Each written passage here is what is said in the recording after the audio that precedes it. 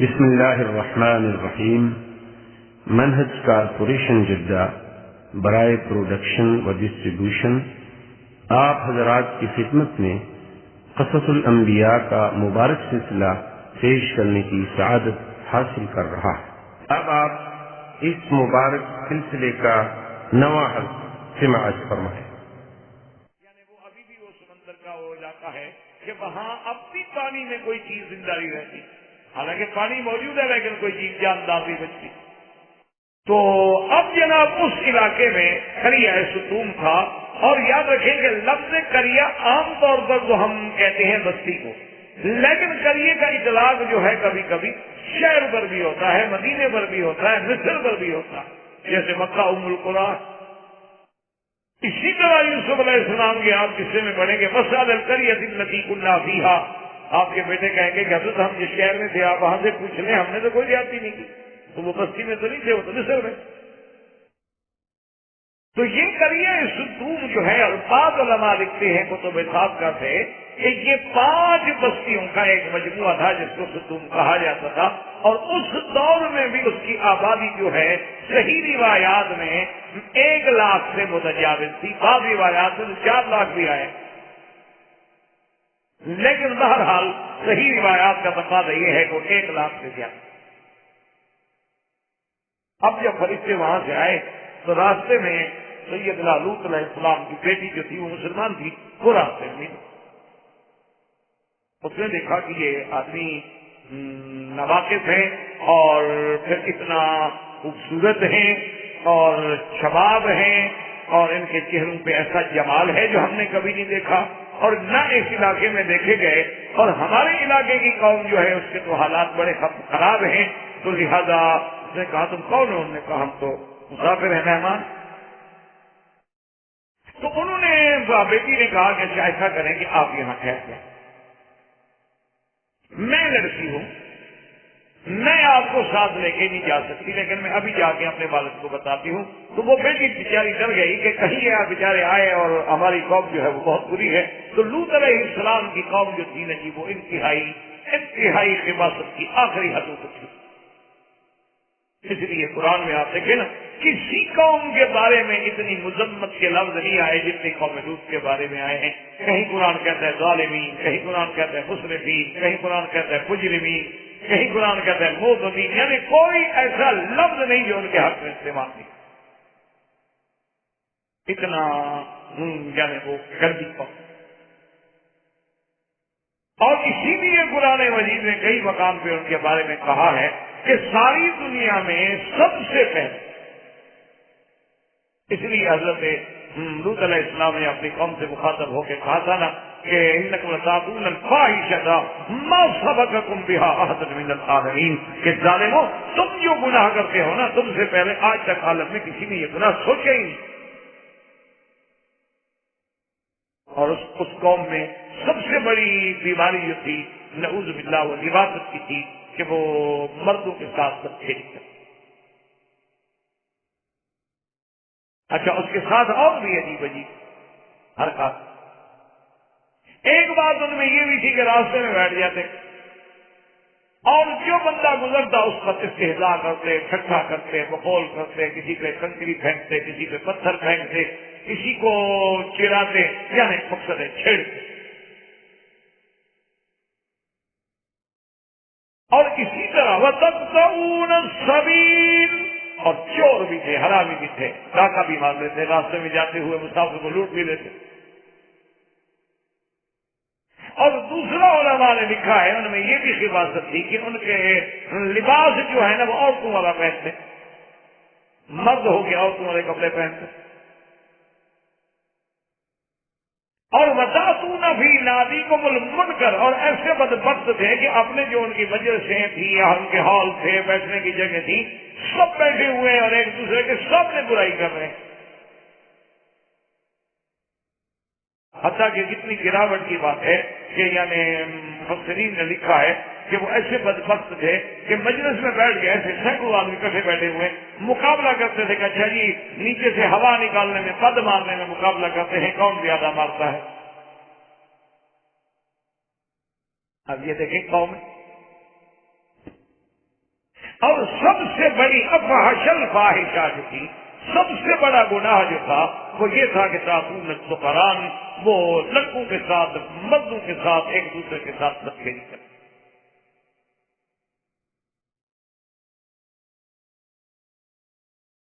اسی لیے قرآن نے کئی مقام میں ذکر کیا.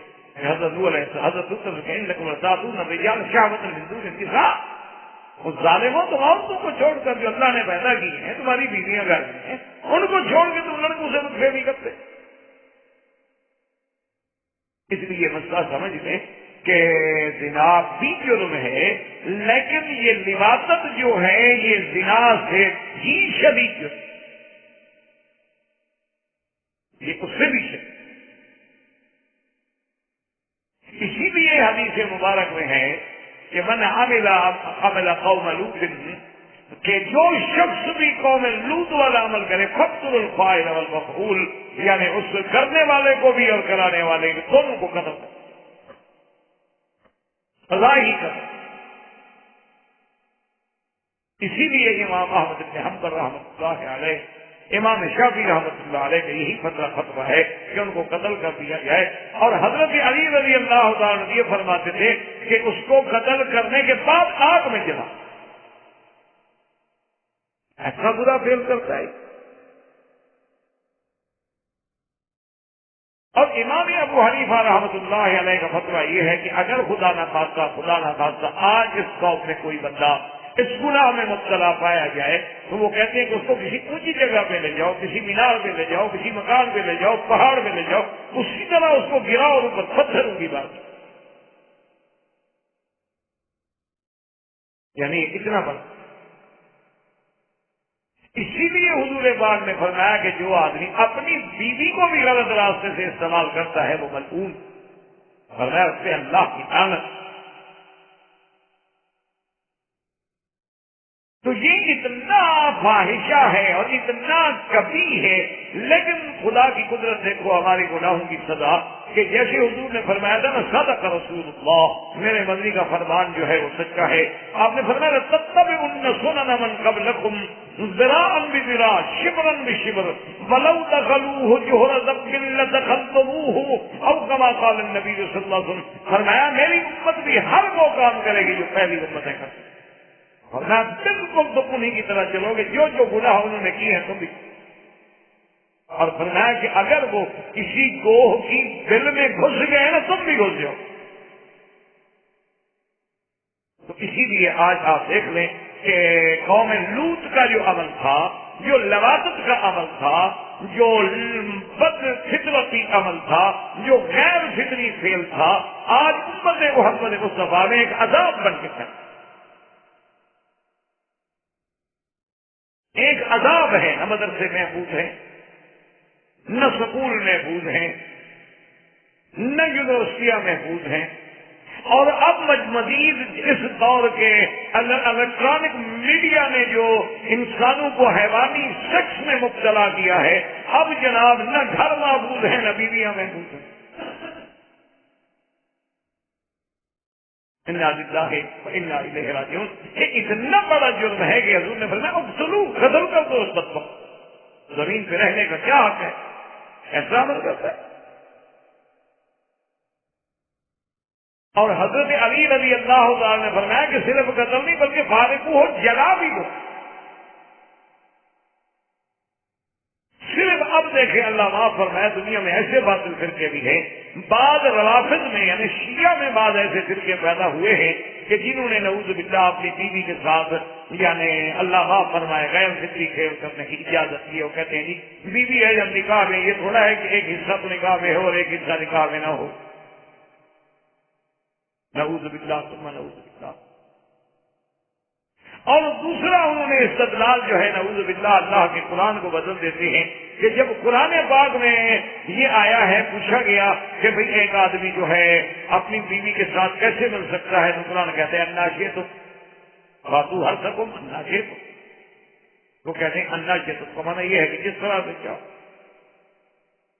حالانکہ یہ بات غلط ہے کہ جب قرآن کی تفسیر خود سرکار دو عالم صلی اللہ علیہ وسلم نے بیان کر دی تو ان کے بعد کیا مطلب؟ لا عبرۃ بعد العروس.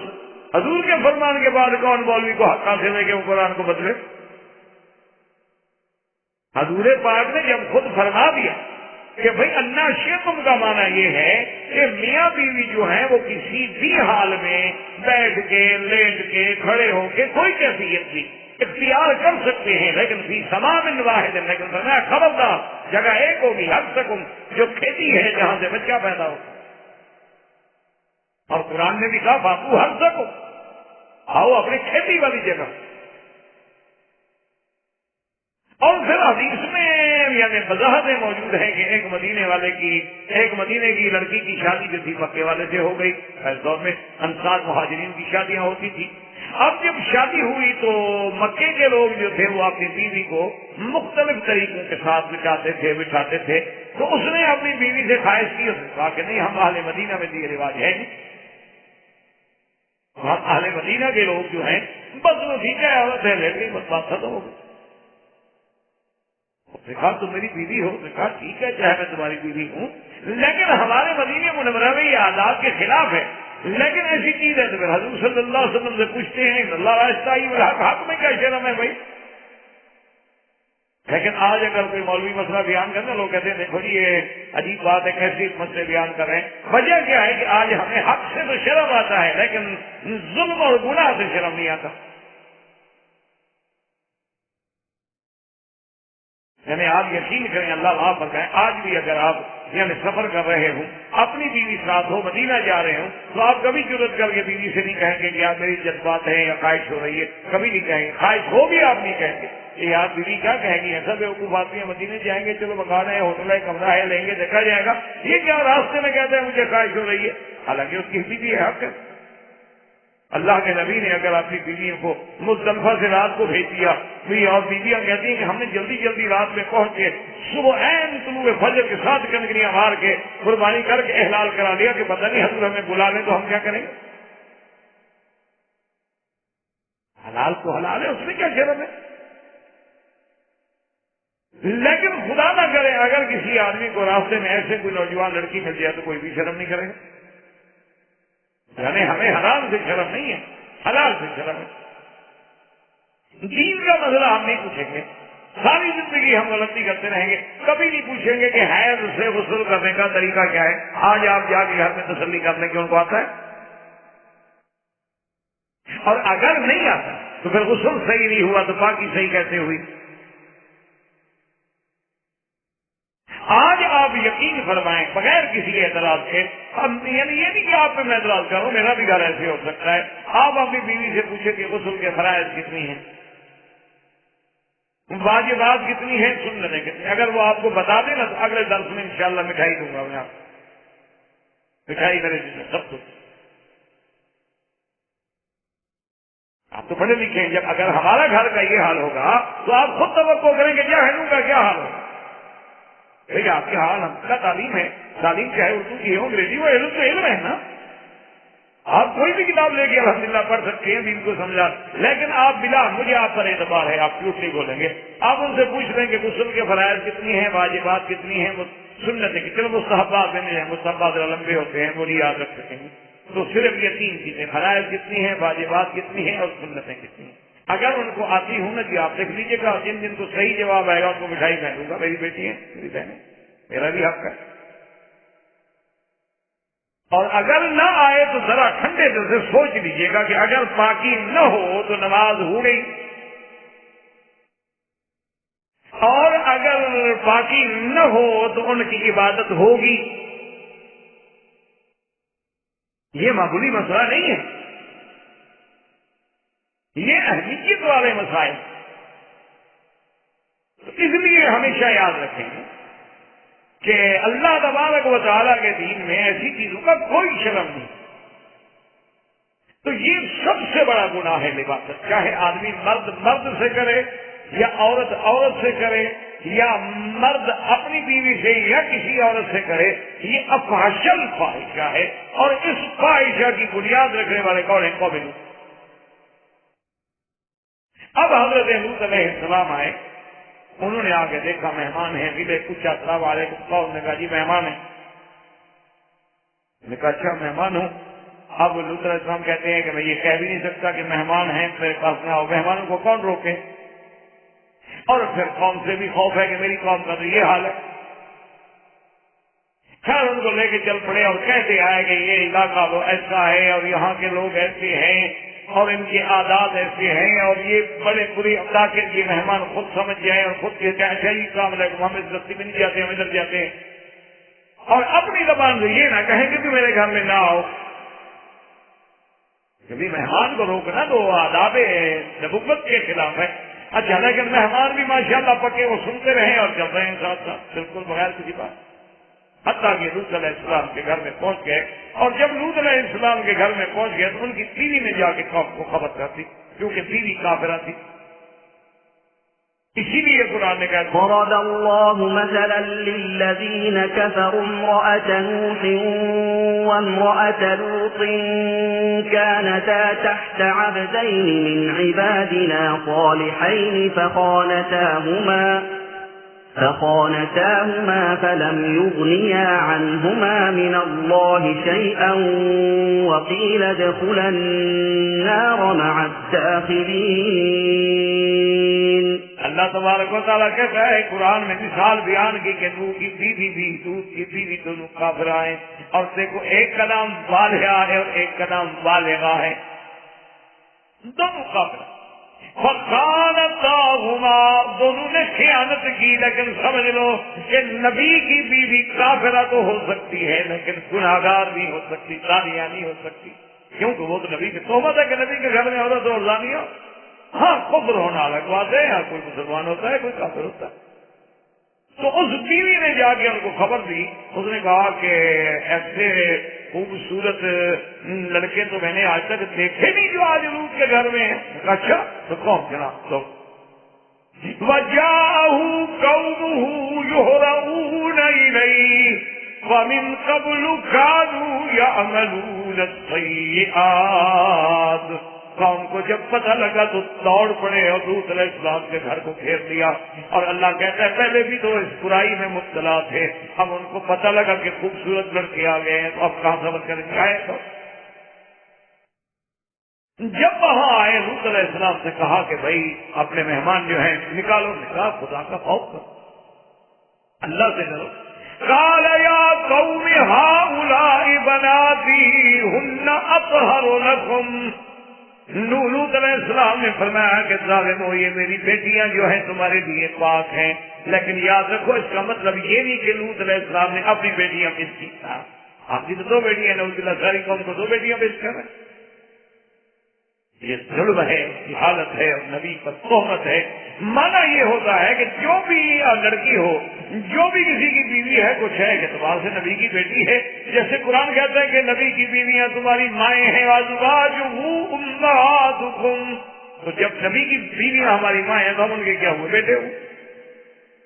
النبی اولا بالمؤمنین من انفسہم، ان کی جان سے بھی زیادہ ہے، گویا کہ وہ اب ہیں، اس لیے جتنی بیٹیاں ہیں سب بیٹیاں ہوں گی پیغمبر کی۔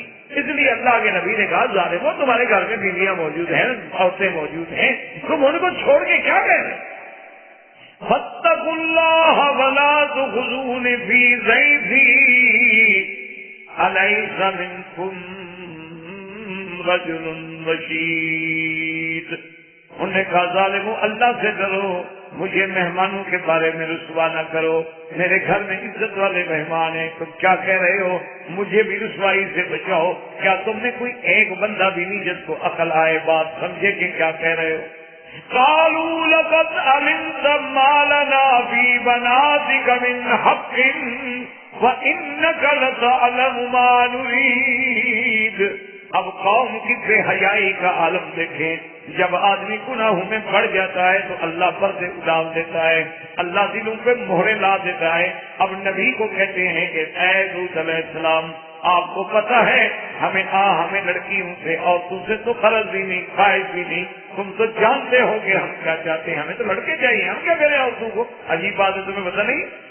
اور دوسری جگہ قرآن کہتا ہے اولم ننہاکا، ہم نے پہلے نہیں کہا تھا کہ لوگوں کو گھر میں نہ لایا کرو، مہمان نہ بنایا کرو، تم نے ہماری بات نہیں مانی، لے آئے ہو تو اب تو ہمیں مہمان دینے پڑے۔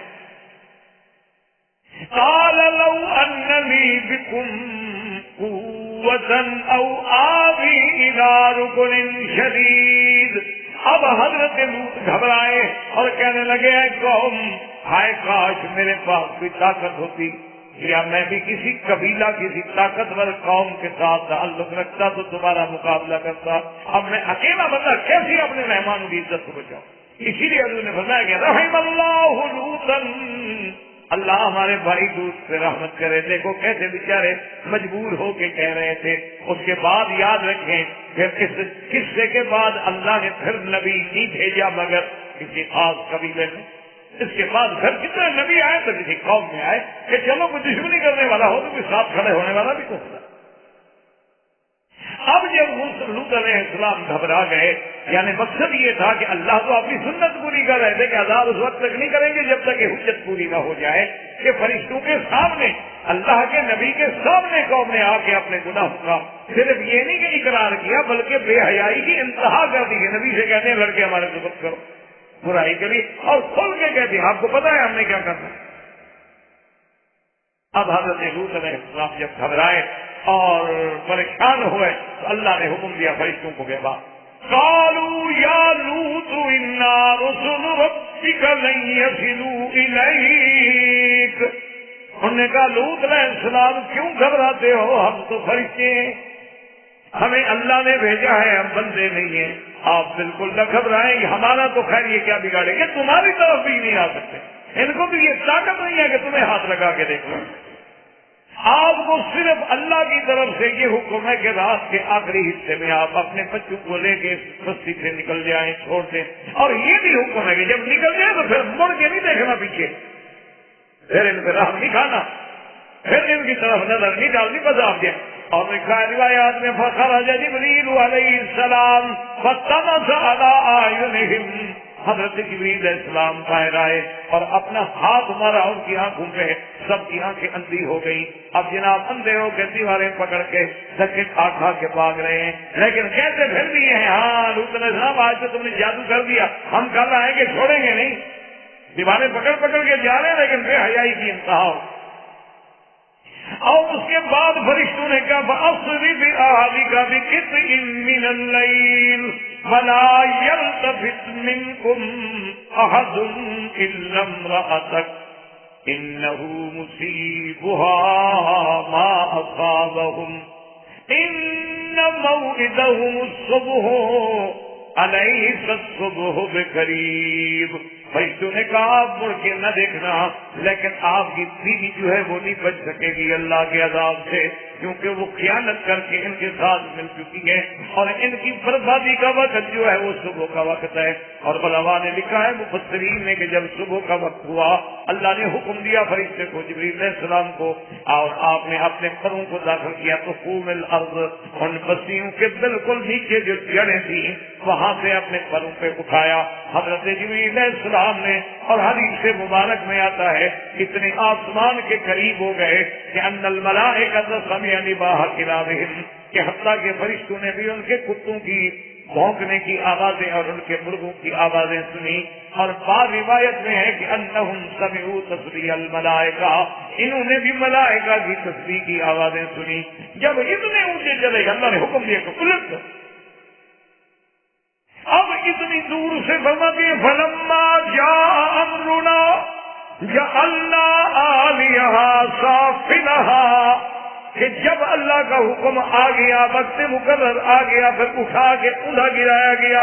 وَأَمْطَرْنَا عَلَيْهَا حِجَارَةً مِّن سِجِّيلٍ مَّنضُودٍ، اور اللہ نے حکم دیا کہ پتھروں کی بارش کرو ان پر، اور لگاتار پتھر برسو.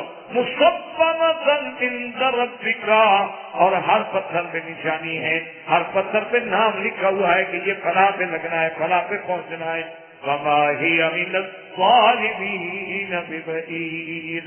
اور دوسری جگہ قرآن کہتا ہے وَأَمْطَرْنَا عَلَيْهِمْ مَطَرًا وَسَاءَ مَطَرُ الْمُنذَرِينَ. اللہ پاک نے فرمایا کہ پھر ہم نے حکم دیا کہ ان پہ پتھروں کی برسات کر دو. اللہ پاک فرماتے ہیں میرا محبوب دیکھو کہ پھر ان پہ کیسی ہلاکت کے پتھر برسے. اور تیسری جگہ قرآن کہتا ہے فذوقوا عذابی, اللہ نے حکم دیا چکھو اب میرا عذاب. اب اللہ نے مختلف صورتوں میں ان کا ذکر کیا ہے تو نتیجہ یہ نکلا کہ پوری کی پوری قوم جو تھی وہ برباد تباہ کر دی گئی, ایک بندہ بھی ان سے باقی نہیں. اچھا اسی طرح دیکھیں خدا کی قدرت اللہ کے قرآن کی حکمت ہے. قرآن کہتے ہیں کہ اللہ نے ان کو عذاب کیسا دیا کہ جعلنا عالیہا سافلہا, اس کو کہتے ہیں عذاب من جنس العمل, کہ جیسے وہ لڑکوں کو الٹا کرتے تھے وہی عذاب اللہ نے دیا کہ اوپر لے جا کے گردن کے بل گرا کے الٹا کر کے مارا, کہ جیسے تم نے گناہوں میں حرکت کی ہے اسی طرح ہم تمہیں عذاب. اسی لیے ہے کہ جیسے کوئی گناہ کرتا ہے تو پھر اسی کے اس کا عذاب دیا جاتا ہے. جیسے حدیثوں میں آتا ہے کہ کوئی عالم اگر آدمی حق نہ کہے تو پھر ان کو سب سے پہلے لگام جہنم میں دی جائے گی, کیونکہ اس نے اپنی زبان کو حق کے لیے استعمال نہیں کیا. اسی لیے یعنی جیسا جیسا کہ اس نے عمل کیا ہے اسی طرح کی سزائیں دی جا رہی ہیں, کیونکہ ان کے گناہ کا طریقہ یہ تھا, ان کے بربادی کا اعمال کا طریقہ یہ تھا, تو اللہ نے ان پر عذاب بھی ایسا کیا. اور وہ عذاب جو ہے دوسری جگہ قرآن کہتے ہیں کہ ان فی ذالک لآیہ, ایسے واقعات میں نشانیاں ہیں, عبرتیں ہیں, موعظتیں ہیں کہ جب تم وہاں سے گزرو تو نصیحت پکڑو کہ یہ وہ جگہ ہے جہاں عذاب آیا تھا, اور یہ واقعات دیکھو کہ ان پہ کیوں عذاب آئے. اگر آج وہی کام ہم کریں گے کوئی عذاب ہم پہ بھی آ جائیں گے, اور اگر ہم ان کاموں سے بچیں گے تو ہم بھی اللہ تبارک و تعالیٰ کے عذابوں سے محفوظ ہو جائیں گے. وآخر دعوانا الحمدللہ رب العالمین. برادران اسلام, واجب الاحترام دوستو, بزرگوں, بھائیوں, عزیز نوجوان, قصص الانبیاء علیہم الصلاۃ والسلام کے دروس کے سلسلے میں ہم نے سابقہ درس میں سیدنا لوط علیہ السلام اور ان کی قوم کے بارے میں پڑھا تھا کہ قوم نے کس قدر فسق, فجور اور پیغمبر کے سامنے گستاخی, حدود سے گزر جانا, ایک غیر فطری فعل میں مبتلا ہو کر پورے عالم میں فساد کا ذریعہ بننا, اور اس کے بعد پھر اللہ تبارک و تعالیٰ کا عذاب اور اللہ کی پکڑ, کہ اللہ نے ان کو عذاب بھی ایسا دیا جس کی کوئی مثال, کہ جبریل علیہ السلام نے ان کے تمام بستیوں کو اپنے پروں پہ اٹھایا اور آسمانوں کے قریب سے جا کے الٹ دیا, اور اس پر پھر یعنی ایسے پتھر مسبمتاً گویا ہر آدمی کا اس پہ علامت اور نام لکھا وہ پتھر بنتا ہے. تو ان قصوں میں, ان واقعات میں ہمارے لیے ایک سبق ہوتا ہے, عبرت. ایک تو ہمیں یہ سبق ملتا ہے کہ اللہ نے کسی قوم کو بطور کافر ہونے پہ کبھی برباد نہیں کیا. کافر ہے تو ٹھیک ہے,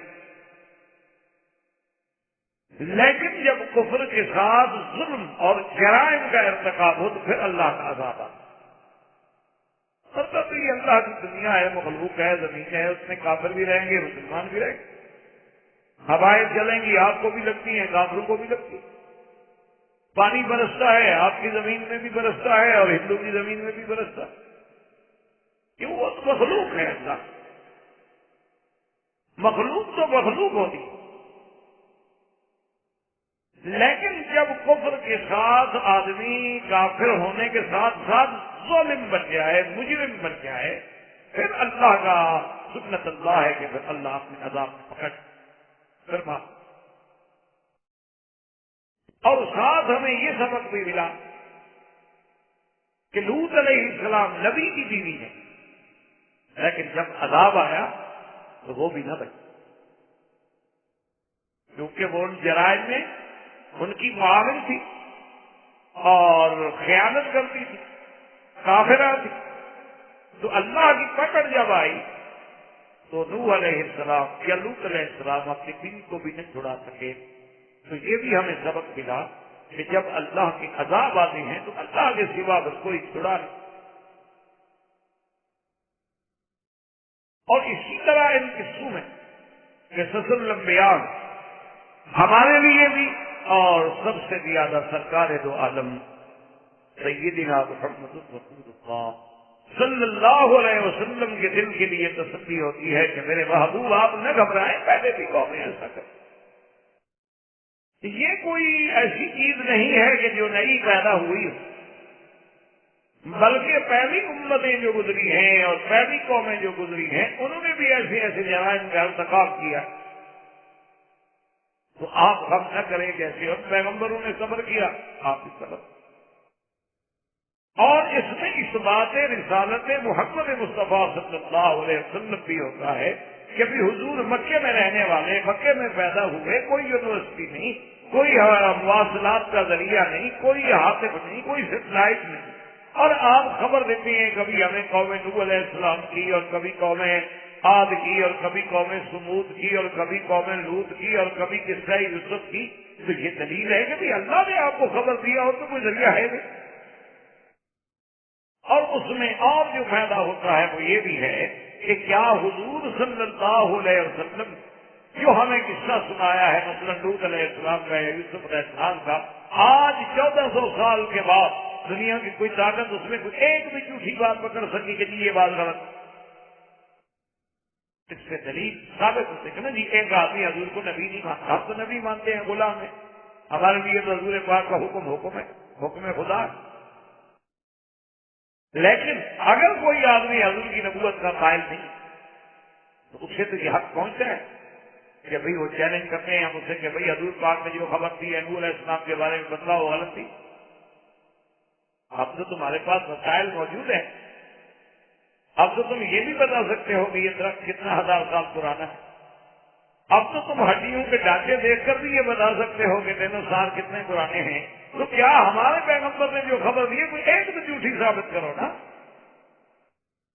تو یہ رسالت نبوت مصطفیٰ صلی اللہ علیہ وسلم کے لیے سب سے بڑی دلیل ہے یہ قصص الانبیاء علیہم الصلوات. اور آج ہم قصص الانبیاء علیہم السلام کے ذریعے سیدنا یوسف علیہ السلام کے قصہ مبارک سے اپنے درس کی ابتدا کر رہے ہیں.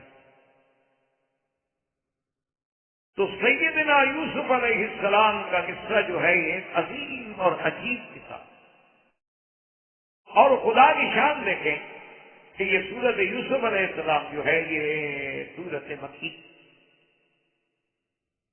اس لیے آپ حضرات جب قرآن پڑھتے ہیں دیکھیے نا سورتوں میں لکھا ہوتا ہے سورت مکیہ اور مدنیہ، تو اس کا ایک راجع قول آپ یاد رکھ لیں کہ جتنی سورتیں، جتنی آیتیں، جتنی رکوع میرے محبوب میں ہجرت سے پہلے اترے ہیں وہ سب پر، چاہے وہ کہیں اترے کسی جگہ، اور جتنی آیات اور جتنی قرآن کی صورتیں میرے آقا پہ محبوب تو عالم صلی اللہ علیہ وسلم پہ ہجرت کے بعد وہ سب مدنی، چاہے وہ کہیں اتری. ہم دیکھیں حضور حج پڑھنے کے لیے تشریف لائے تو قرآن اور بعد میں بھی نازل ہوا، مینا میں بھی آیات اتری. جب حضور صلی اللہ علیہ وسلم عمرے کے لیے تشریف لا رہے تھے حدیبیہ میں بھی اتری، راستے میں جاتے ہوئے بھی اتری. لیکن وہ سب مدنی کہلاتی ہیں کیونکہ وہ ہجرت کے بعد ہیں، اور حضور کی ہجرت کے بعد کی زندگی ہی مدنی زندگی. تو اس لیے یاد رکھیں کہ یہ سورت یوسف علیہ السلام جو ہے یہ سورت مکی. اور پھر اس کی ایک عظیم مناسبت کہ یہ سورت مبارک اس سال نازل ہوئی ہے جس کو عام الحزن کہا جاتا ہے. آپ سیرت النبی کے سلسلے میں پڑھ چکے ہیں کہ سرکار دو جہاں صلی اللہ علیہ وسلم کے زمانے میں ایک سال ایسا بھی گزرا ہے کہ جس کو عام الحزن کہا ہے. اس کی وجہ یہ کہ سرکار دو جہاں صلی اللہ علیہ وسلم کے سب سے بڑے محسن چچا جو تھے ابی طالب، سب سے بڑے معاون، سب سے بڑے حضور صلی اللہ علیہ وسلم کے لیے خدمت کرنے والے اور آپ کے ساتھ ہر مسئلے میں شریک ہونے والے چچا، اس لیے حضور صلی اللہ علیہ وسلم فرماتے تھے کہ قریش کو مجھے ایذا پہنچانے کی اس وقت تک ضرورت نہیں ہوئی جب تک کہ ابی طالب زندہ تھا. ابی طالب کی موت کے بعد پھر قریش نے مجھے کھل کے تکلیفیں.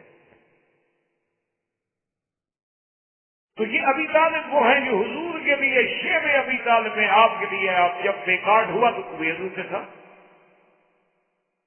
اور یہ وہ ابی طالب ہیں کہ یعنی جن کی محبت اور پیار کا یہ عالم تھا کہ سرکار دو جہاں صلی اللہ علیہ وسلم کے بغیر کھانا نہیں کھاتا.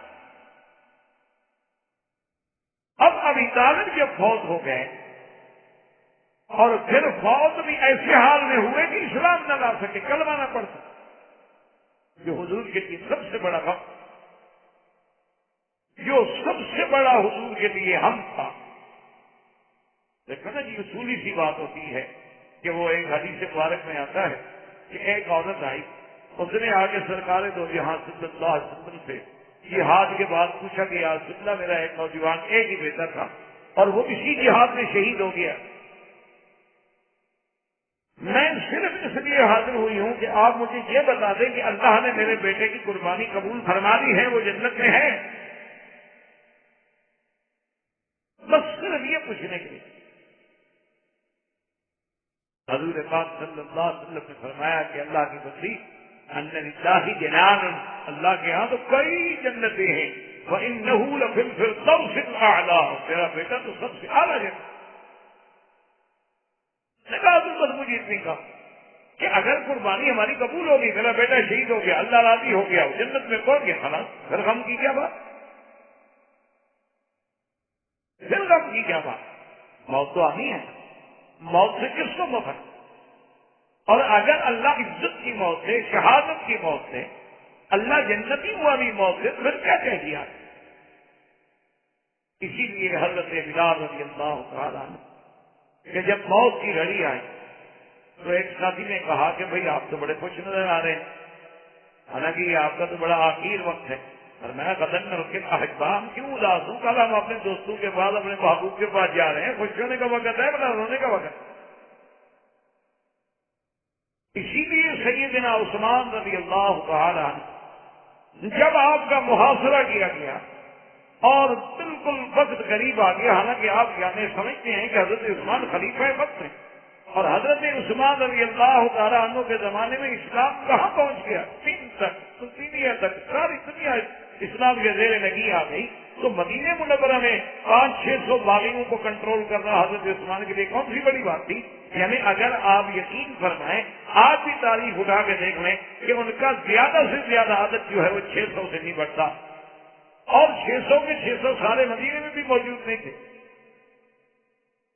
یعنی اگر حضرت عثمان حکم سے بحثیت خلیفہ مسلمانوں نے مدینہ منورہ کو اور مدینہ منورہ کی اپنی فوج کو, یہ طائف تھی جو اندر تھی, ان کی تو بوٹی بھی نہ ملتی, ان کا تو کوئی بال بھی نہ ملتا. لیکن حضرت عثمان رضی اللہ تعالیٰ عنہ نے جب صحابہ نے کہا, حضرت علی نے پیغام بھیجا, تو انہوں نے کہا کہ کیا بات, مجھے تو حضور نے خبر دی تھی کہ میں نے شہید ہونا ہے, اور میں نے خواب میں دیکھا ہے حضور فرماتے ہیں عثمان ہم تمہارا انتظار کر رہے ہیں, تو لڑنے کی کیا ضرورت ہے, مقابلے کی کیا ضرورت ہے, میں اپنی جان دینا چاہتا ہوں لیکن حضور کے شہر میں محمد مدنی کے مدینے میں خون بہانا نہیں چاہتا کہ میری وجہ سے قتال ہو گیا, یا تو زیادہ باغی مجھے مارنا چاہتے ہیں, مجھے شہید کر سکے, بس ختم ہو جائے گی. اس لیے اصل بات تو یہ ہے کہ اگر ابھی طالب کی موت اسلام پہ آ جاتی تو حضور کبھی غمگین نہ.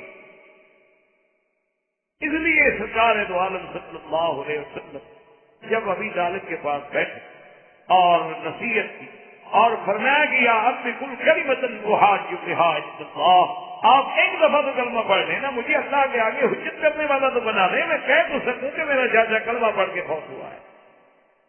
انہوں نے کہا کہ یا ابن عمی یا محمد صلی اللہ علیہ وسلم, میرے بھتیجے میں چاہتا ہوں کہ تمہاری آنکھوں کو ٹھنڈا کر دوں, لیکن یہ قریش, یہ سرداران نے قوم ساری زندگی یہ تانا دیتے رہیں گے کہ ابھی طالب برتے وقت ڈر گیا تھا اس لیے مسلمان ہو گیا, میں آر نہیں برداشت کر سکتا, میں تانا برداشت نہیں کر سکتا, اگر آگے نام لکھی ہے تو پھر اللہ کی بات.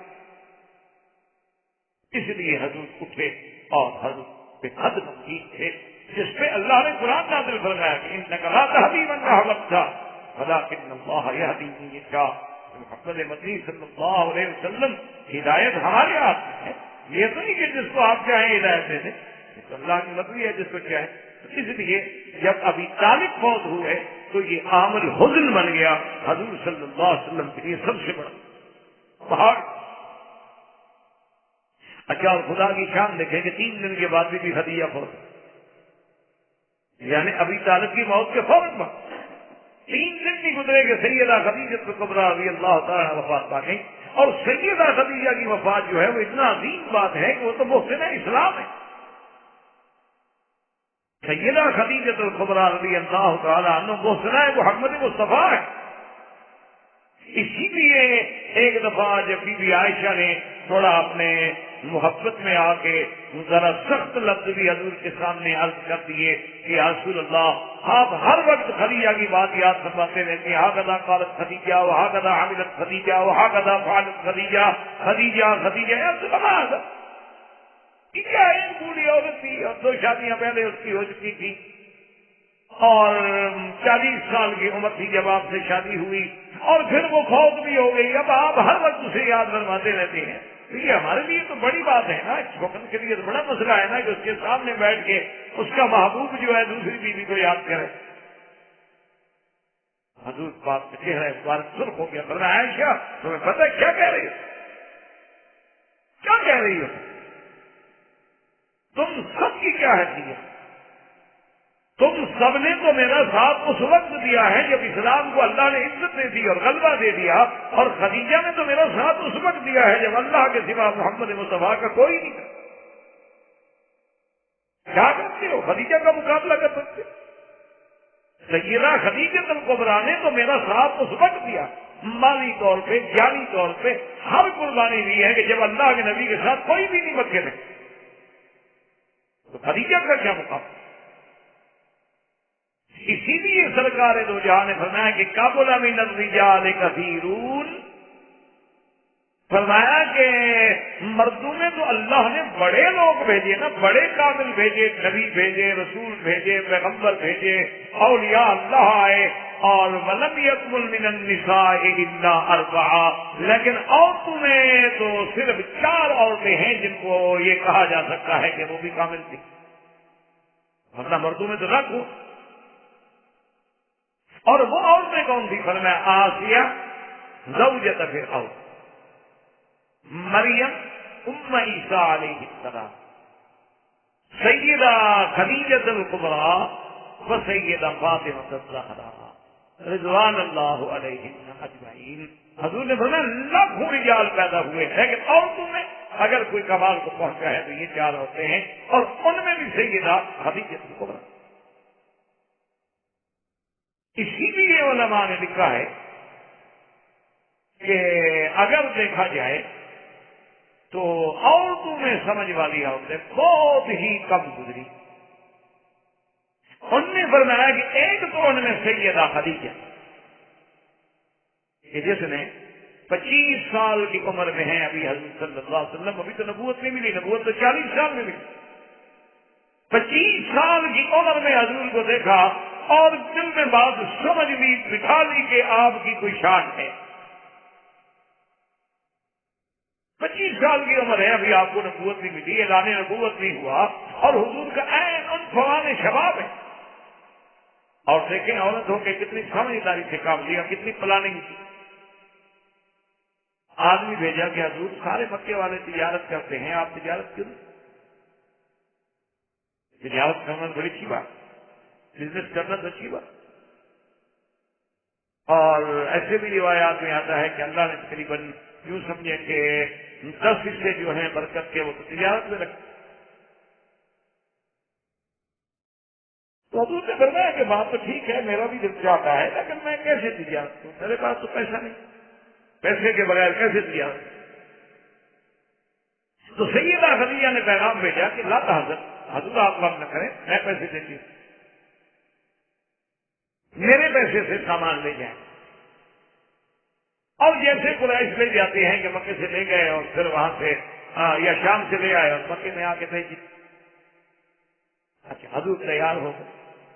اب خدیجہ الکبریٰ نے کیا کیا کہ اپنا ایک تجربے کار جو پرانا غلام تھا، کیونکہ سیدہ خدیجہ تو خاندانی عورت تھی نا، قریش سے تھی اور بڑے خاندان کی عورت تھی، تو اپنے غلام کو بھی ساتھ کر دیا کہ تم بھی ساتھ جاؤ اور ساتھ رہ کے واپسی پر مجھے تم نے ایک ایک بات کی رپورٹ دینی ہے محمد عربی صلی اللہ علیہ وسلم کے بارے میں. آپ کا اٹھنا بیٹھنا سونا بات کرنا، آپ کا اخلاق، آپ کی سیرت. آدمی تو سفر میں کھلتا ہے نا، سفر میں پتہ چلتا ہے نا آدمی کا آدمی کیا ہے. گھر بیٹھے ہوئے تو ہر آدمی اچھا آدمی کون کسی کے ساتھ لگتا ہے. اور جناب بہرحال جب وہ واپس آیا اس نے ساری رپورٹ سنی اور رپورٹ سننے کے بعد جو ہے ایک عورت کو بلایا اور کہا کہ بھائی کسی طرح شادی کرا دو حضرت کے ساتھ. رشتے کرنے والی خواتین ہوتی ہیں تو خاتون کو بلائے، ساری پلانیں خود کر رہی. اچھا اس خاتون نے آگے حضور صلی اللہ علیہ وسلم سے عرض کیا کہ یا محمد صلی اللہ علیہ وسلم، آپ جوان ہیں شباب ہیں اور اب تو آپ تجارت بھی کر رہے ہیں ماشاء اللہ، پیسے بھی ہیں، آپ شادی کیوں نہیں کرتے؟ آپ نے فرمایا تمہیں پتا ہے کہ میرے والد فوت ہو گئے، والدہ فوت ہو گئی، میرے دادا عبد المطلب فوت ہو گئے، میرے محسن چچا جو تھے ابی طالب وہ بوڑھے ہو گئے، تو اب میں کیسے؟ انہوں نے کہا اچھا میں اگر کوئی رشتہ دیکھوں تو شادی تو میں بھی چاہتا ہوں. انہوں نے کہا اچھا آپ کا خدیجہ کے بارے میں کیا خیال؟ دوسرے فرمایا خدیجہ کے بارے میں کیا کہتے ہیں؟ کل کی بات کرو، وہ ایک امیر خاندان کی عورت ہے، میرے ساتھ کیا شادی کرے گی؟ میرے پاس نہ پیسہ ہے، نہ گھر ہے، نہ دولت ہے، مجھے اولاد ہے. انہوں نے کہا حضور میں نے یہ نہیں پوچھا کہ وہ کرے گی یا نہیں کرے گی، میں تو آپ کی رائے پوچھنا چاہتی ہوں کہ آپ کا سیدہ خدیجہ کے بارے میں کیا خیال؟ حضور نے فرمایا اللہ کی بندی، سیدہ خدیجہ کو کون رد کرے گا بھلا؟ کوئی مکے میں ایسا آدمی ہے کہ سیدہ خدیجہ کا رشتہ ہو سکتا ہو انکار کر دے؟ اس نے کہا حضور پھر ابشر آپ کو مبارک ہو، مجھے تو خدیجہ نے بھیجا ہے آپ کے پاس، مجھے تو اس نے بھیجا ہے پیغام سے. عجیب بات. اس لیے آپ اندازہ کریں کہ انہوں نے کہا کہ اعقل النساء، سمجھ والی عورت کے جس نے 25 سال کی عمر میں پہچان لیا تھا کہ اللہ کے نبی کی کوئی شان ہے، یہ عام انسان نہیں. ورنہ تو خوبصورت اور بھی لوگ قریش میں پیدا ہوتے رہتے ہیں. اور اسی طرح حضرت شعیب علیہ السلام کی بیٹی وہ بھی اعقل النساء میں تھی کہ جس نے حضرت موسیٰ علیہ السلام کو جب دیکھا تو اپنے ابا سے کہا کہ یا ابا جان آپ اسی آدمی کو رکھ لیں اپنے پاس، کیونکہ یہ آدمی بہت اچھا ہے. تو والد تو والد ہوتا ہے نا، اس کو جب نوجوان بیٹی کسی غیر مرد کی تعریف کرے تو باپ کو تو لگتی ہے، باپ کو چبھتی ہے. اس نے کہا کہ آپ کو کیسے پتا ہے کہ میں اچھا آدمی ہے؟ انہوں نے کہا کہ ابا جان ایک تو بات یہ ہے کہ جس کنویں پہ وہ پتھر کا ڈھکنا ہے نا، وہ 10 آدمی بھی زور لگائیں 20 بھی لگائیں تو نہیں ہٹا سکتے. اس اللہ کے بندے نے ہاتھ پکڑ کے ہٹا دیا. ایک تو کبھی ہے، اور دوسرا جب میں اس کو بلانے کے لیے گئی تو ان نے مجھے ہدایت کی کہ تم میرے پیچھے چلو آگے نہ چلو. حالانکہ وہ تو مسافر ہیں، اس راستہ جانتے نہیں. لیکن موسیٰ علیہ السلام نے کہا کہ دیکھو ایسا کرو کہ آپ انتخاب تو میرے پیچھے ہو جاؤ اور مجھے بتا بھی جاؤ کہ سیدھا چلو، دائیں چلو، بائیں چلو، کیونکہ آگے نہ چلو. تو میں سمجھ گئی کہ یہ نہیں چاہتے کہ عورت آگے ہو، ہوا سے ممکن ہے بال کھل جائے، کوئی بدن کا حصہ کھل جائے، ان کی نظر پڑ جائے. تو اتنا امین اور دیانتدار بندہ کیسے مل سکتا ہے؟ عقل تھا کہ وہ سمجھدار ترین عورتوں میں شمار ہوئی کہ اس نے بھی موسیٰ علیہ السلام کو پہچان لیا کہ یہ عام بندہ نہیں، یہ کوئی خاص تھا. اس لیے علماء نے لکھا ہے کہ یہ عامل حزن تھا کہ سیدہ خدیجہ الکبریٰ رضی اللہ تعالی عنہا اور یہ اولاد النبی المصطفیٰ، تمام اولاد جو ہے حضور صلی اللہ علیہ وسلم کی، سب کی ماں جو ہے سیدہ خدیجہ الا ابراہیم. حضور کی جتنے بیٹے ہیں، آپ کی 4 بیٹی ہیں، سب بھی خدیجہ ان کی ماں. الا ابراہیم وہ بھی بیماری قبطیت ہیں اور مدینہ منورہ میں پیدا ہوئے اور وہ بھی وفات فرما گئے. تو یہ کتنا بڑا شرف ہے کہ ایک تو زوجہ محمد مصطفیٰ اور ایک اولاد نبی مصطفیٰ، اور تیسری یہ ہے کہ محسنہ اسلام وہ بھی فوت ہو گئی. اب آپ خود سوچ سکتے ہیں کہ حضور کے لیے کتنا بڑا غم ہوگا کہ ابھی طالب فوت ہو. سیدہ خدیجہ الکبریٰ رضی اللہ تعالی عنہا فوت ہو گئی. اسی لیے اس کو کہا جاتا ہے عام الحزن، کہ یہ عام جو غم کا سال تھا. بھائی اس میں تو پے در پہ ہمیں بس غم ہی سامنے آئے تو خدا کی شان ہے کہ اللہ نے سورۃ یوسف نازل کی. اسی لیے روایات مبارک میں یہ آتا ہے کہ جو بندہ کسی غم میں مبتلا ہو، اللہ نہ کرے، تو اگر وہ سورۃ یوسف تلاوت کرے نا، اس کے پڑھنے سے انسان کا غم جو ہے ہلکا ہو جائے. یعنی کتنا آدمی غمگین ہو، پریشان ہو، معذور، انہوں نے کہا حزن کا علاج ہی تلاوت یوسف. جب سورۃ یوسف علیہ السلام تلاوت کرے تو حزن اور غم جو ہے بہت. اور اسی طرح سورۃ یوسف علیہ السلام جو ہے، یاد رکھیں، اس میں ایک عجیب تشابہ ہے میرے محبوب، کہ حضرت یوسف علیہ السلام کو ستانے والے بھی کون تھے؟ آپ کے بھائی. اور میرے محبوب محمد عربی صلی اللہ علیہ وسلم کو ستانے والے کون تھے؟ آپ نے حضور صلی اللہ علیہ وسلم کے دشمن کون تھے؟ ابی جہل، ابی لہب، عتبہ، عتیبہ، شیبہ، ربیہ، ولید بن المغیرہ، سب اپنے. اور جس طرح سیدنا یوسف علیہ السلام کو نقصان پہنچانے کا سبب کیا تھا؟ حسد. اسی طرح میرے مدنی سرکار صلی اللہ علیہ وسلم کی مخالفت کا اصل سبب کیا ہے؟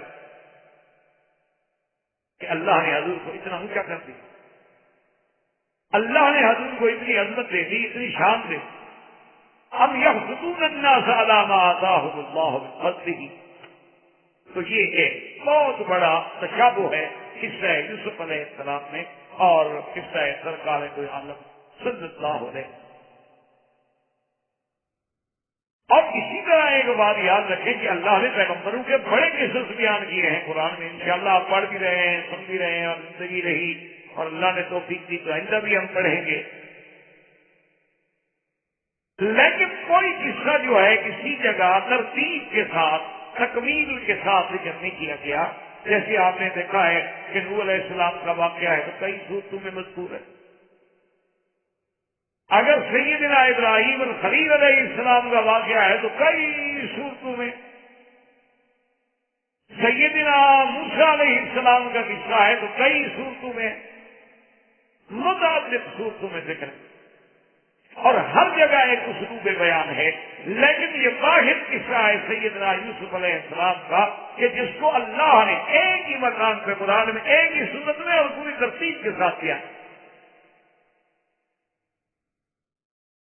اور جس قصہ مبارک کو اللہ خود فرماتے ہیں کہ نحن نقص علیک احسن القصص،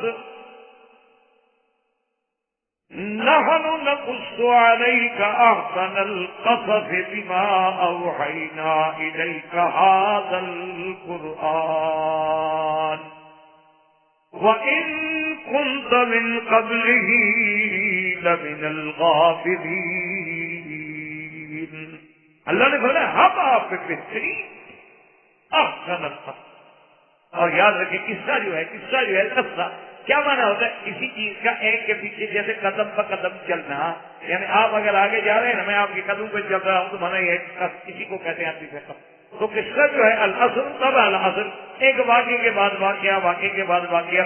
اسی لیے قرآن کہتا ہے نا کہ جب موسیٰ علیہ السلام کو انہوں نے صندوق میں بند کر کے دریاؤں میں ڈال دیا تھا تو ماں نے اپنی بیٹی سے یہی کہا تھا نا، وقالت لأخته قصيه فبصرت به عن جنب وهم لا يشعرون.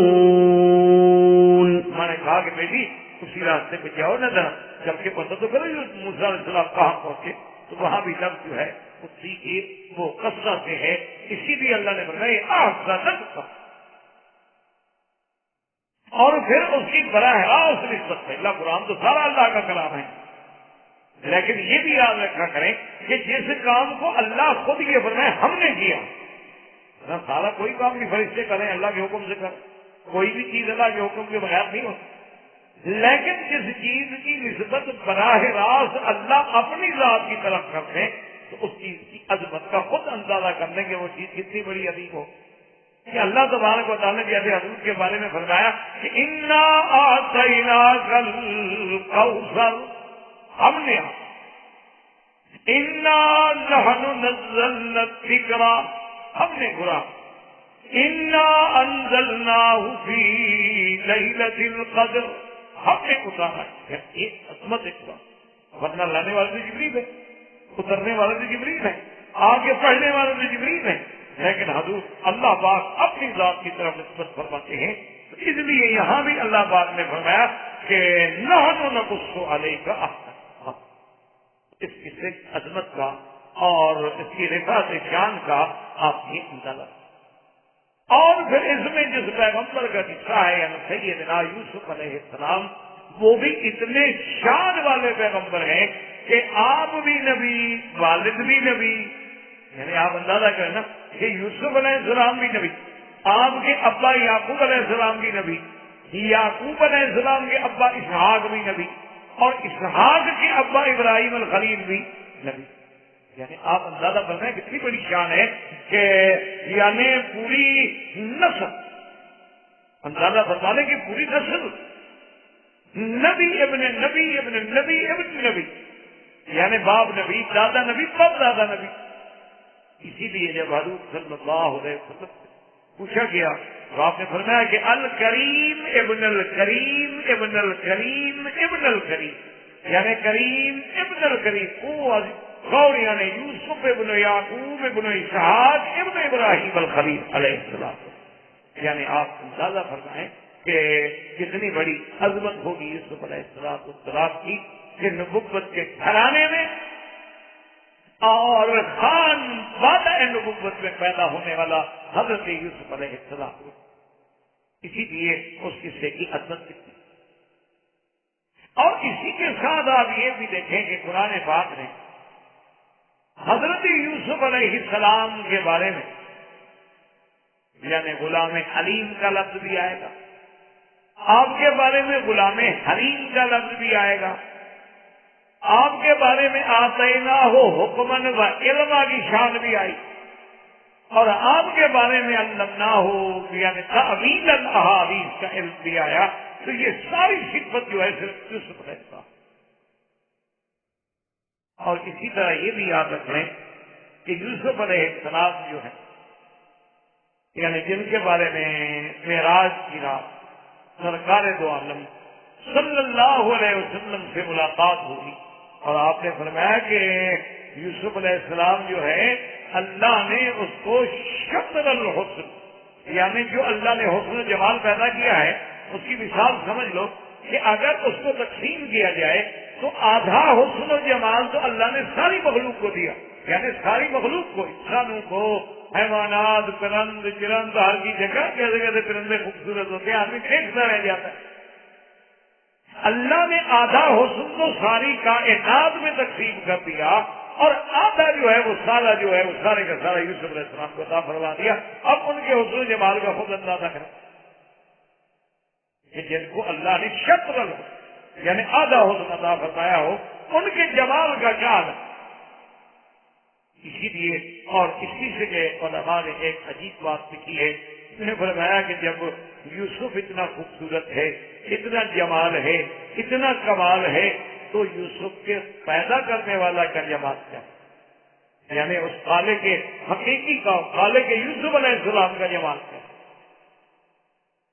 تو اس صورت مبارکہ میں اللہ تبارک و تعالیٰ نے سیدنا یوسف علیہ السلام کے بارے میں اس کا جو ہے ذکر تھا. اچھا اسی کے ساتھ ایک بات اور یاد رکھ لیں کہ قرآن کی صورتوں میں یا قرآن کے قصص الانبیاء ایک وہ چیز ہوتی ہے جس کو کہا جاتا ہے علماء کی اصطلاح میں عمود الصورت یا عمود القصہ. عمود کا کیا معنی؟ عمود اصل میں کہتے ہیں آپ یوں سمجھ لیں وہ ستون، جیسے آپ نے تو الحمدللہ دیکھا ہے نا مینا عرفات میں خیمے لگاتے ہیں، ایک تو یوں رکھتے ہیں، ایک درمیان میں ہوتی ہے لکڑی جو خیمے بالکل این سینٹر میں ہوتی ہے، تو یہ عمود ہوتا ہے. تو اسی میں خیمہ کھڑا ہے، وہ نکال دو خیمہ گر جائے گا۔ تو مانا یہ ہوتا ہے کہ اصل تو ہر قصے میں، ہر صورت میں کوئی نہ کوئی عمود ہوتا ہے۔ اس کی ایک آسان مثال میں نے عرض کر دوں تاکہ آپ کے لیے سمجھنا جو ہے وہ آسان ہو جائے کہ جیسے موسیٰ علیہ السلام نے قصہ جب آپ پڑھیں گے نا، عمود جو ہے نا اس میں عصا، کہ ہر واقعے میں اس عصائے موسیٰ کا ذکر آئے گا۔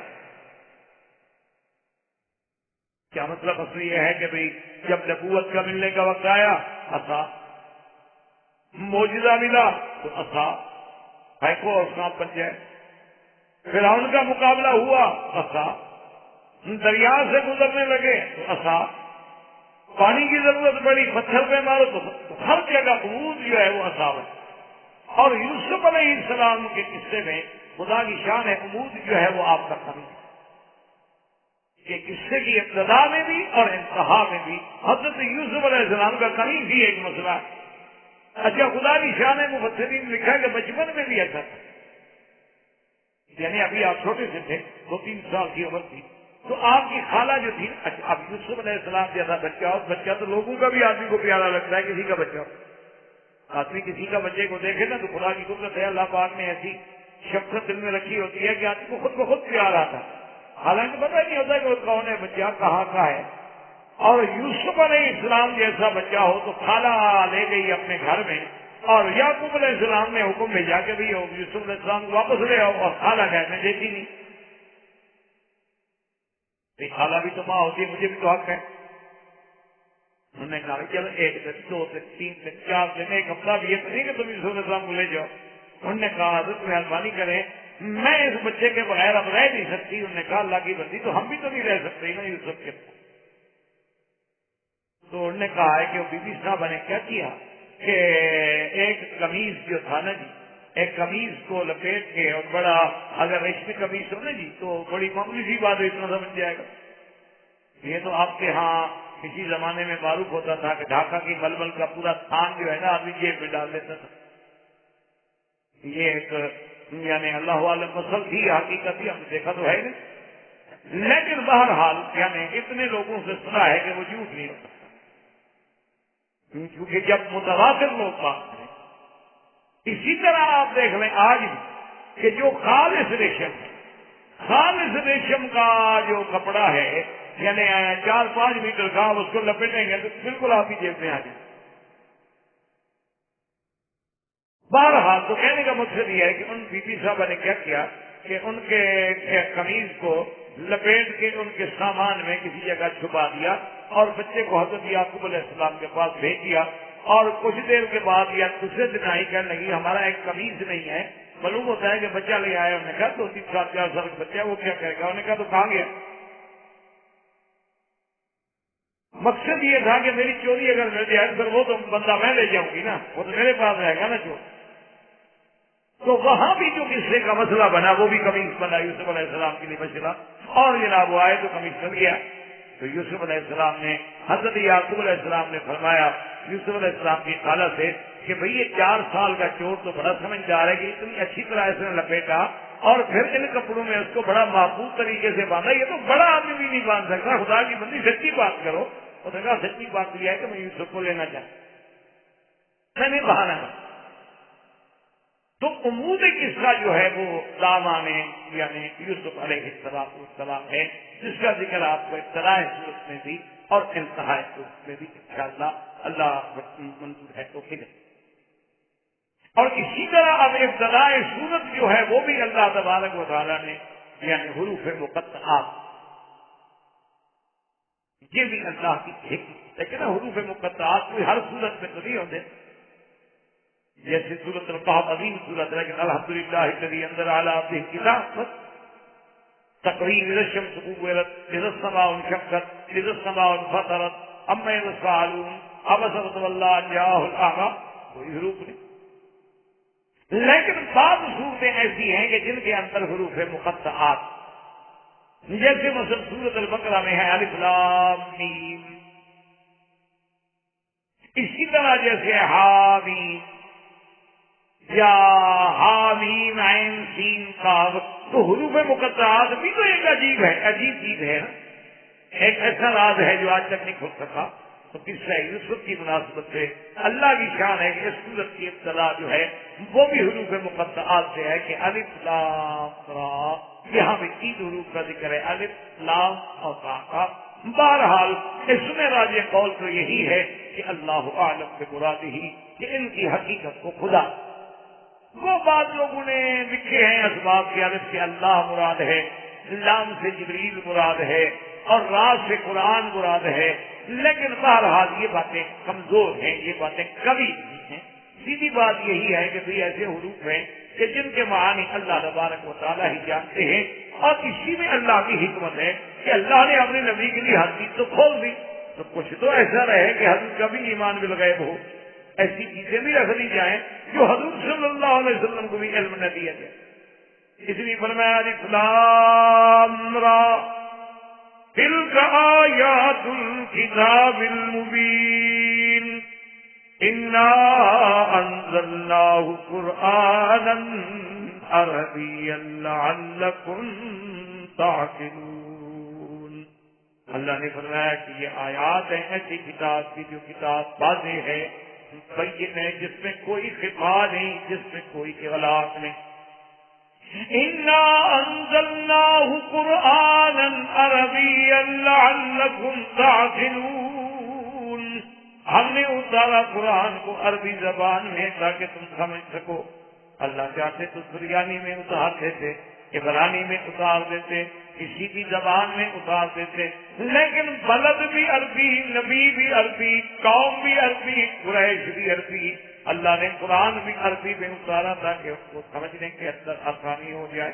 اور اسی میں فرماتے ہیں کہ نحن نقص علیک احسن القصص، یہ خطاب ہے محمد مصطفیٰ صلی اللہ علیہ وسلم کو کہ ہم آپ پر ایک ایسا قصہ جو بہترین قصوں میں سے ہے، بما اوحینا الیک ھذا القرآن وَإِن كُنتَ مِن قَبْلِهِ لَمِنَ الْغَافِلِينَ۔ قرآن کے آنے سے پہلے آپ اس قصے سے غفلت میں تھے، آپ کے علم میں نہیں تھا، آپ کو پتا نہیں تھا کہ یوسف علیہ السلام کا کیا واقعہ ہے، کیوں جب تک قرآن نہیں آیا حضرت کو کیا پتا، یہ تو ہزاروں سال پہلے کی بات۔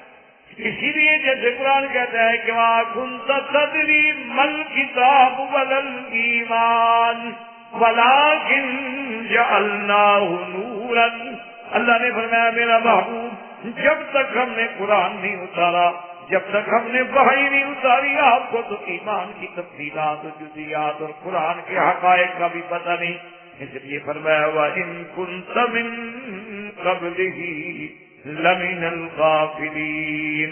میرے مدنی صلی اللہ علیہ وسلم اس قرآن کے اترنے سے پہلے، اس سورت کے اترنے سے پہلے، قصہ یوسف کے بیان کرنے سے پہلے آپ غفلت والوں میں تھے، آپ کو پتہ نہیں تھا۔ اور یہ عظیم قصہ جو ہے، فرمایا اذ قال یوسف لأبیہ یا ابت انی رأیت احد عشر کوکبا والشمس والقمر رأيتهم لي ساجدين۔ اللہ پاک نے قرآن میں فرمایا کہ اس قصے کی ابتدا یوں ہوتی ہے کہ حضرت یوسف علیہ السلام اپنے ابا کی خدمت میں آ کے کہتی ہیں کہ ابا جان، یاد رکھیں رأیت، رؤیت جو ہے وہ بصری بھی ہوتی ہے، اور رؤیت جو ہے وہ علمی بھی ہوتی ہے، رؤیت جو ہے وہ قلبی بھی ہوتی ہے، اور رؤیا جو ہے بمعنی خواب بھی ہوتا ہے۔ یہاں وہی خواب کی بات مراد ہے کہ انی رأیت احد عشر کوکبا والشمس والقمر رأیتهم لی ساجدین، کہ ابا یعقوب علیہ السلام میں نے خواب دیکھا ہے، اور وہ خواب بھی میرا عجیب ہے، میں نے دیکھا ہے کہ ستارے جو ہیں 11 ستارے، سورج چاند سب مجھے سجدہ کر رہے ہیں، سب میرے آگے جھک رہے ہیں، عجیب خواب دیکھا یوسف نے۔ اچھا خدا بھی شان دیکھیں، یوسف علیہ السلام کے بھائی بھی کیا، اللہ کی شان دیکھیں کہ یوسف علیہ السلام کے بھائی جو ہے وہ 11 بھائی تھے، لیکن یاد رکھیں کہ جو شقیق بھائی تھے یعنی ایک ماں سے، وہ صرف ایک سے بنیادی، یہ تو حضرت یوسف علیہ السلام کے شقیق ہیں، یعنی والدہ۔ باقی جتنے بھائی تھے ان کے اسماء اللہ نے قرآن میں ذکر نہیں فرمائے۔ بہرحال 11 بھائی تھے، وہ دوسری ماؤں سے تھے، اور یوسف علیہ السلام نے بھی خواب یہ دیکھا کہ آسمان کے تارے ہیں اور ان کا عدد بھی 11 ہے، اور اس کے ساتھ سورج بھی اور چاند بھی، اور میرے آگے جھک رہے ہیں سجدہ۔ خدا کی قدرت ہے۔ اب دیکھیں، یاد رکھیں کہ اللہ نے ستاروں کے بارے میں بھی قرآن پاک میں بڑے مقامات سے ذکر کیا۔ اللہ تبارک و تعالیٰ نے ستاروں کی قسم بھی کھائی، جیسے فرمایا وَالنَّجْمِ إِذَا هَوَىٰ، مجھے قسم ہے اس تارے کی جب غروب ہوتا ہے۔ نجم تارا قسم کھائی۔ اسی طرح اللہ نے قرآن میں فَلَا أُقْسِمُ بِالْخُنَّسِ الْجَوَارِ الْكُنَّسِ، اللہ نے فرمایا مجھے قسم ہے ان ستاروں کی۔ علماء نے لکھا اس سے مراد وہ کواکب خمسہ ہیں جن کو کہا جاتا ہے سیارات متحیرہ، کہ وہ 5 ستارے جو ایسے بھی جاتے ہیں اور پھر الٹا بھی۔ الخنس الجوار الكنس، واپس لوٹانے والے، اللہ نے ان کی بھی قسم۔ اسی طرح ستاروں کے بارے میں اللہ نے قرآن پاک میں یہ بھی فرما دیا فَلَقَدْ زَيَّنَّا السَّمَاءَ الدُّنْيَا بِمَصَابِيحَ، کہ ہم نے آسمان کو زینت بخشی۔ ہم نے دیکھو کیسے آسمانوں پہ دیے جلا دیے، اور کہیں فرمایا کہ اِنَّا زَيَّنَّا السَّمَاءَ الدُّنْيَا بِزِينَةٍ الْكَوَاكِبِ، ہم نے آسمان دنیا کو زینت بخشی ہے ستاروں کے ساتھ۔ اور پھر اللہ نے کہیں ان کی باقاعدہ سیر کا بھی ذکر فرمایا اور بروج کا بھی ذکر فرمایا، وَالسَّمَاءِ ذَاتِ الْبُرُوجِ، جس میں ابراج، اور اللہ نے ان کے چلنے کا بھی ذکر فرمایا کہ كُلٌّ فِي فَلَكٍ يَسْبَحُونَ، یہ سب اپنے مدار فلک میں تیرتے ہیں۔ تو اس لیے ہمیشہ اور ابراہیم علیہ السلام کے قصے میں آپ پڑھ چکے ہیں تاروں پر پہلے، تو یہ اللہ کی حکمت ہے۔ لیکن ایک مسئلہ یاد رکھنا کہ اللہ نے فرما دیا ہے کہ تارے جو ہے نا، بس ان کے 3 کام ہیں، ان کے چوتھے مسئلے میں پڑھو گے تو پھر کوئی فائدہ نہیں۔ آج دیکھیں نا دنیا اسٹار وار میں لگی ہوئی ہے، تو کیا فائدہ ہوا؟ آپ پڑھے لکھے لوگ ہیں، ہم تو سیکولوسی لوگ ہیں نا بھی، آج یہ چاند میں پہنچ رہے ہیں، پتہ نہیں کوئی اسکرین پہ جا رہے ہیں، تارک میں جا رہے ہیں، جہاں مرضی آ جائیں۔ اچھا، اس نے جتنا پیسہ خرچ کیا ہے اگر وہ پوری دنیا کے غریبوں میں تقسیم کر دیتے، ایک بھی بھیک مانگنے والا نہ ہو، یعنی آپ گھٹے، ہم تو اقتصادیات نہیں جانتے، ہم تو ملا مولوی لوگ ہیں نا۔ لیکن آپ مجھے یہ بتائیں کہ یہ انا پرستی جو ہے کہ ہم خلاؤں میں اسٹیشن بنا رہے ہیں، ہم فضاؤں میں کنٹرول کر رہے ہیں، ہم جناب ستاروں میں پہنچ گئے، یہ پہنچ گیا اولاد دفعہ پہنچ گیا۔ جتنا اونچا آدمی گرے گا اتنی ہی چوٹ لگے گی نا، پہنچو جہاں پہنچنا ہے۔ تو ہماری ہلاکت وقت بھی تو قریب ہے نا۔ فصل پکے گا تو کٹے گا نا میرا بھائی، جب تک فصل کٹے نہیں، آپ نے گندم کبھی کاٹی ہے؟ اب ان کی فصل پکنے پہ آ گئی ہے، آپ فکر نہ کریں۔ تو بہرحال یعنی آپ اس وقت تک جو یہ دنیا بلائین میں ملیارات ڈالر جو ہے خرچ کر چکی ہے چاند میں پہنچنے میں، اگر یہ پوری دنیا کے غریبوں کی بہبود میں خرچ کر دیے جاتے، پوری دنیا میں کوئی بندہ بھوکا نہ مرتا۔ اس لیے قرآن کہتا ہے کہ اس کے 3 کام ہے، زینت السماء، زینت السماء دنیا، اور اس کو اپنے زینت بنا دی ہے کہ بڑے آدمی تو چاندنی بنا کے اپنے گھروں میں لگا لیتے ہیں، لیکن غریب کیا دیکھے ہوا آ کے میری چاندنی دیکھتے۔ اور دوسرا فائدہ یہ ہے کہ جعلناہا رجوما للشیاطین، شیطانوں کے لیے ہم نے ان کو رجوم بنا دیا ہے۔ اور تیسری چیز کیا، علامات وبالنجم هم یہتدون، کہ ہم نے بھولے ہوئے بھٹکے ہوئے رات میں صحرا میں جنگلوں میں لوگوں کے لیے ہدایت کا راستہ بنا دیا ہے کہ مشرق مغرب کا تعین کرنے، اس کے علاوہ اور کسی چکر میں پڑو گے تو تباہی کے علاوہ کچھ بھی نہیں ہو۔ یہ 3 چیزیں اب پہلے آپ کا 30 بحری جہاز سمندروں میں اور صحراؤں میں اب بھی وہی سارے سے ہر کوئی فائدہ اٹھاتا ہے، اسی کے استفادہ حاصل کرتا ہے۔ تو اللہ کی شان یہ ہے کہ یوسف علیہ السلام کا خواب بھی عجیب ہے کہ ایک زمین پہ رہنے والے انسان کے سامنے سورج چاند آگے سجدہ کر رہے ہیں۔ اچھا، اور اس سے ہمیں ایک سبق بھی ملتا ہے کہ اللہ نے اپنے نبیوں کو کتنی عظمت بخشی ہے۔ اللہ نے فرمایا ظالم ہو، تم جو سورج چاند کے پجاری ہو وہ تو میرے یوسف کو سجدے کر رہے ہیں، تم نے ان کو خدا بنایا ہوا، تم ان کو سجدہ کرتے ہو، عجیب بات۔ تم سورج کے پجاری بنتے ہو، تم چاند کے پجاری بنتے ہو، وہ تو یوسف علیہ السلام کو سجدہ کر رہے ہیں۔ اس لیے یوسف علیہ السلام نے اپنے ابا کے سامنے آ کے یہ بات رکھی کہ ابا جان، میں نے یہ خواب دیکھا ہے کہ 11 تارے ہیں اور سورج ہے، چاند ہے، اور میں نے دیکھا ہے کہ ساجدین وہ مجھے سجدہ کر۔ اسی سے آپ یہ بات بھی یاد رکھ لیں کہ ایک خواب ہوتا ہے عام آدمی، ایک خواب ہوتا ہے کسی صالح انسان، اور ایک خواب ہوتا ہے اللہ کے نبی کا۔ یاد رکھیں کہ ہر خواب غلط ہو سکتا ہے، لیکن اللہ کے نبی کا خواب کبھی نہیں۔ اللہ کے نبی کا خواب جو ہے بلکہ اس کا حکم منظر بھی یہ ہوتی ہے گویا کہ وہ وحی ہے، گویا اللہ کا حکم ہے، یعنی وہ خواب نہیں۔ کیا مانا؟ کسی کا خواب جو ہے وہ حکم نہیں ہوتا۔ مثلا آج آپ کو خواب دکھایا گیا مثلا کہ آپ اپنے بچے کو ذبح کریں، تو یہ تھوڑا ہے کہ آپ ذبح کریں، یہ تو کبھی نہیں ہوتا۔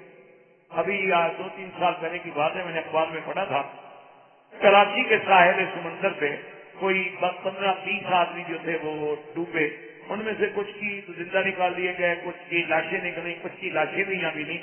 تو بہرحال وہ جب ان کو زندہ نکالا گیا تو انہوں نے کہا کہ اچھے خاصے آدمی ہو، تمہیں کیا ہو گیا بھائی آگے تم نے سمندر؟ انہوں نے کہا جی ہم نے خواب دیکھا تھا، حضرت علی نے ہمیں بلایا تھا، ہم ان کے پاس جا رہے تھے۔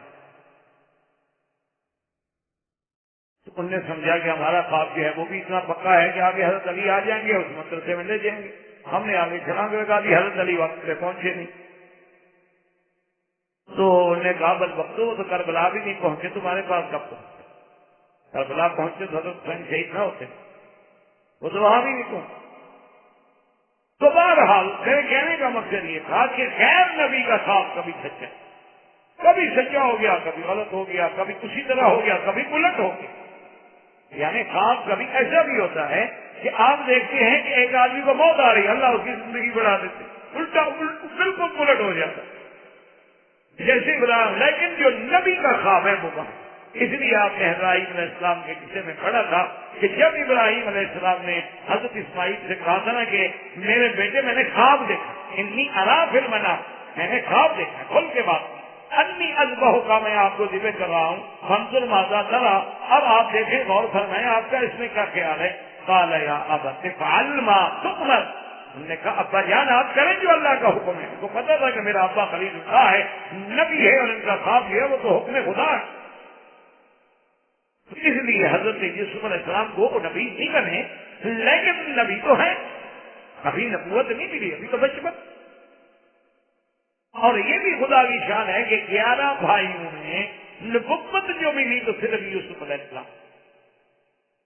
بعض لوگوں نے روایات میں یہ بھی لکھا ہے کہ آپ کے باقی بھائی جو تھے وہ بھی نبی بنے، لیکن وہ روایت نہیں ہے۔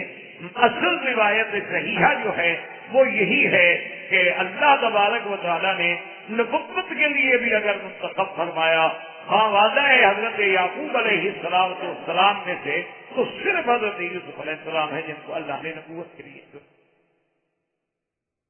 اب جناب انہوں نے جو دیکھا کہ آسمان کے تارے ہیں، سورج ہے، چاند ہے، اور مجھے وہ سجدہ کر رہے ہیں، میرے آگے جھک رہے ہیں۔ یاد رکھیں ایک کیفیت، ورنہ بہت سارے لوگوں نے اللہ معاف فرمائے اعدائے اسلام نے، مستشرقین نے ان باتوں پر بھی حملے کیے ہیں۔ ہم نے کہا دیکھو جی چاند کتنا بڑا ہے، سورج کتنا بڑا ہے، یہ زمین جو ہے اس کو 114 گنا 14 سے اگر طرف سے پھر بھی سورج بڑا ہے، یعنی سورج کا جو قرہ ہے، سورج کا جو حجم ہے، یعنی زمین سے 114 گنا بڑا ہے، انہوں نے کہا جی 114 گنا بڑی چیز جو ہے وہ یوسف علیہ السلام کے ہجرہ کیسے کیا؟ احباب کرام، اس کے بعد اب آپ اس مبارک سلسلے کی CD نمبر 10 سماعت فرمائیں۔